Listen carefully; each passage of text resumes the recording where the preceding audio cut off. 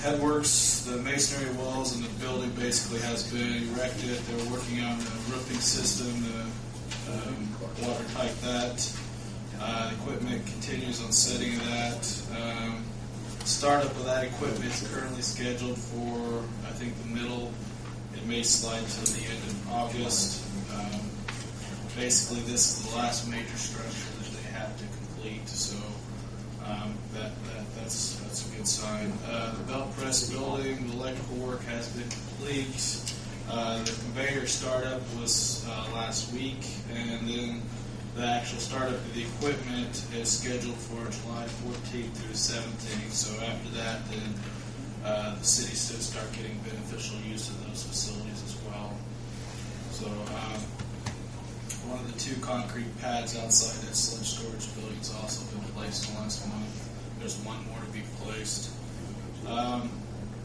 Primary clarifier, the concrete work's complete. For the most part, the setting of the equipment continues, but for the most part, it's complete as well.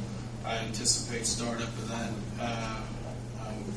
system sometime probably within the next 30 to 45 days as well. It's not on a critical path, so they're working that in as work allows.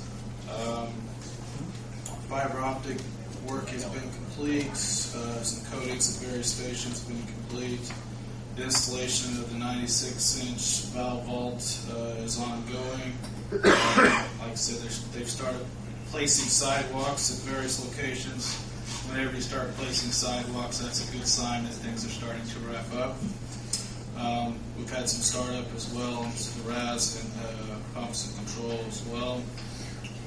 We did give the contractor the punch list for the phase 1 work, and he has started working on some of those punch list items as well. So,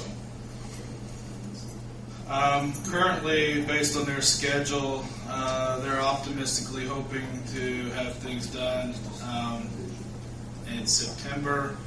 My thought is it's more realistically October. They have until November to get things completed. So that kind of gives you an idea of where we're. I think that's probably the optimistic is into September.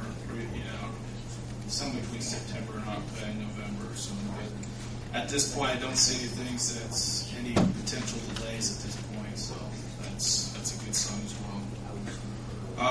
On the water treatment plant project, that work continues on the punch list. We're still working with the INC subcontractor. He continues to work on site. The painters are coming back next week to work on 2 of their major punch list items. We're hoping that things will slowly wrap up. This is dragging out a little bit, but we only have some way on site as needed. So, and that's on an on-call basis there. So, I hope to have a better report to the water board in 2 weeks as where we stand on the punch list items. A lot of the subcontractors are scheduling their work in the next couple of weeks.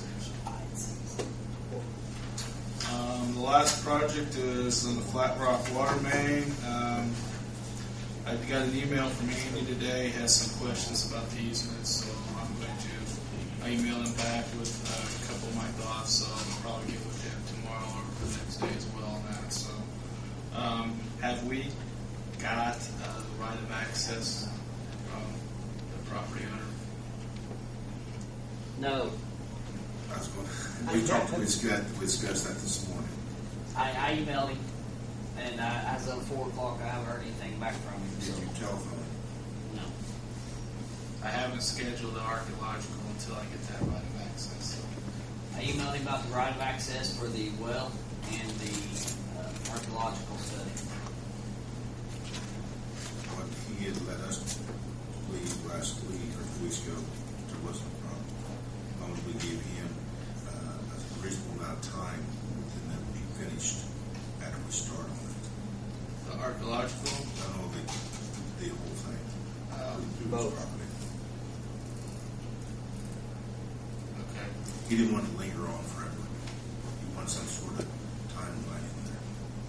We'll have to talk about that because have a construction time frame, That's what he's looking for. but it doesn't necessarily identify that the contractor would be, on his property this date to this date. He would have from the beginning of the project to the end of the project. So as long as he's okay with the construction time frame, which is around here. Basically, that's what he's wanting, Rick, right? He's just wanting the date because there was no ending date on the temporary easement. Okay. We should be able to give him an approximate date on that. We will need that. But some of that's going to depend upon when the construction starts. So, I guess we can give Yeah, it'll be from the time construction starts. Okay. Okay, we can give him that number. Any questions? Darren? Thanks. Tim, I was expecting. Is he back there? Well, there he is. I got one more issue here. This is regarding the police station. Brian has 3 different quotes of what due to the police station to try to reduce the chance of electrical problems again due to lightning. No one will guarantee anything. So it's according what we want to do, how much would we want to spend to do this, or we just want to turn our heads and do nothing. The quotes that we had received, Brian, correct me if I'm wrong, is, well, we're not good. Do you remember what they are? Approximately 14,000, 16,000. And 27,000, I think. Sounds right. The other one was about 27. And Duke has reviewed them and likes them all. Well, he, I don't remember the gentleman's name. Gary Litton. No, he passed me on. Something like that. Ludlow maybe, or something like that.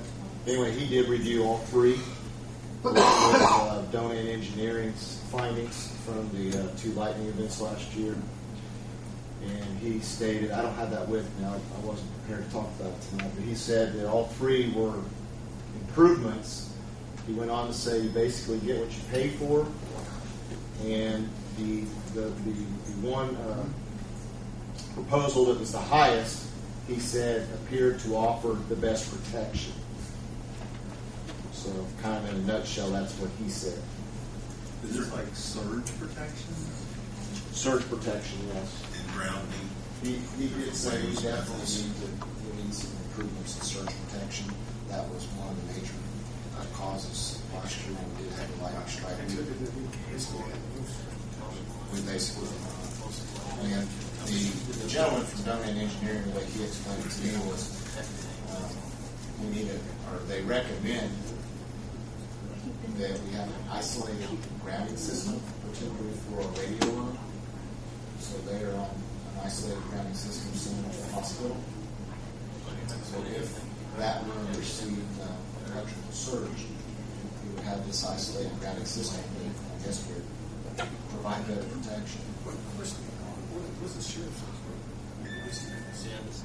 I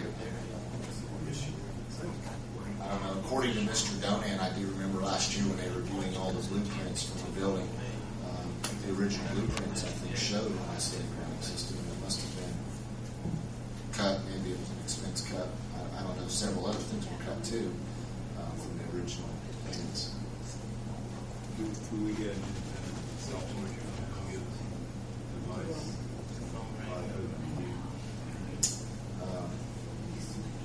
Donan Engineering prepared a report last year, and they were hired by the insurance company to do that. Oh, And I guess they would be. They actually worked for the insurance company and provided a copy of that report to us. And Mr. Woodall was his name. Spent days and days and days in the building, both from the June 4th and July 22nd lightning event. And his findings basically was that we need to improve the surge protection within the communications center and the building in general. So with his report, I provided his report to the 3 people that I asked for, to give us a